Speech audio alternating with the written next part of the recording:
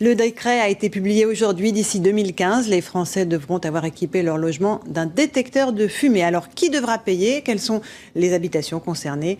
Le point sur tout ce qu'il faut savoir pour être en règle avec Laurent Delsol. Une alarme peut sauver des vies.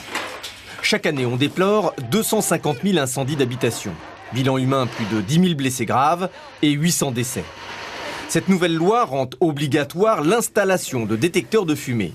Il en faut au minimum un et il doit être installé avant le 11 janvier 2016. Nous sommes très en retard. Seuls 2% des logements français sont actuellement équipés, alors qu'en Norvège, aux États-Unis et en Grande-Bretagne, la quasi-totalité des habitations en sont déjà pourvues. Depuis plusieurs mois, les ventes de ces appareils explosent, mais attention, de très nombreux modèles ne sont pas fiables. Ça, c'est vraiment un énorme risque parce qu'avec un détecteur de fumée, on se sent protégé et on peut ne pas l'être du tout si c'est un modèle défectueux. Ce qu'il faut choisir, ce sont les détecteurs qui portent la marque NF. Et sinon, des détecteurs qui se disent conformes à la norme européenne. Prix d'un appareil, entre 10 et 30 euros, à installer plutôt dans les couloirs ou dans le séjour. Mais qui doit se mettre en conformité avec la loi?